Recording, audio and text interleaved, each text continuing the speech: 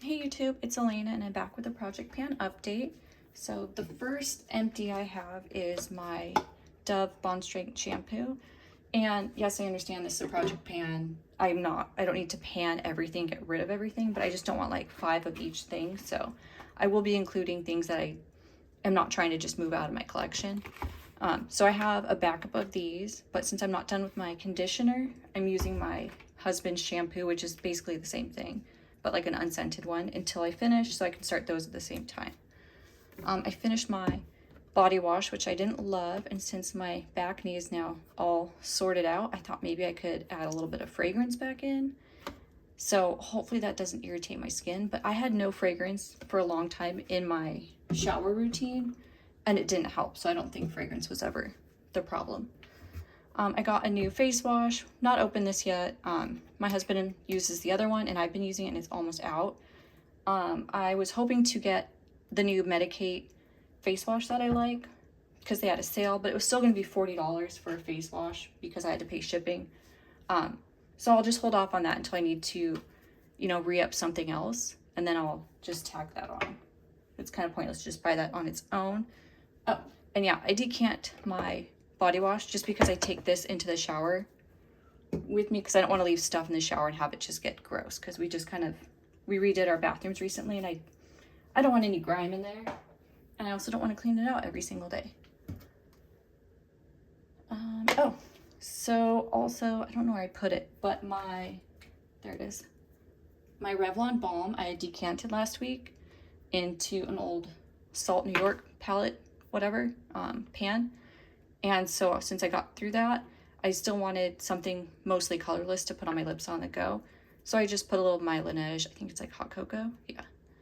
And I like it. It melts down really nice, and it's not been a problem in that little palette that I have.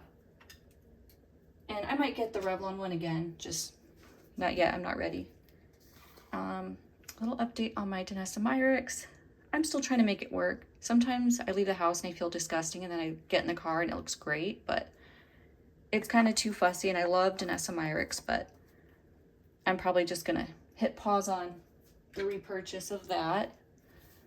What else did I do? Oh, I have a couple of possible upcoming purchases. I don't like this, but I'm still using it, but it is like a travel, so it'll be done soon, so I'll need a new mascara in the next probably week or so.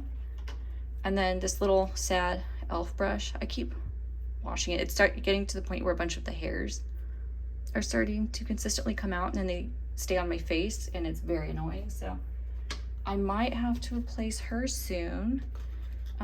Oh yeah, I have another empty. I finished this morning. It's the Allies of Skin sunscreen, and I'm torn on whether I want to continue using this. I've been using it on my arms since I live in Arizona, so sun protection is very important. But I don't know whether I should just finish using this on my face before I get into another one. I don't particularly like this on my face, but I kind of want to get her out as soon as possible because I don't really need 2 face sunscreens. That's kind of pointless. And then a little update on this is one of my favorite face moisturizers. I always get this kind of as a freebie when I buy more expensive things there, because on its own it's like $55. So when I run out of this, this is my last face cream. And then depending on when this one runs out, if I need to re-up on Allies, I'll just go ahead and either buy one, or they usually have a gift with purchase. So I just need to be more thoughtful in how I do these purchases, so I'm not having to buy this when I can get this when I buy one of the other things that I use from them. And then, oh, I actually did find my lip liner that I thought I lost. Yeah, I went through the wash, so she's completely done. I can't get anything else out of there. It just looks like clear wax in the bottom. Or maybe that's glue, I don't know. So I've been using the Clinique Black Honey, and I want to try to get some use out of her because I feel like in the summer that's not really a go-to color. I feel like it's more fall or winter, and we're quickly moving out of winter. And do I have anything else? Oh, so last week I started this and I was using it at night.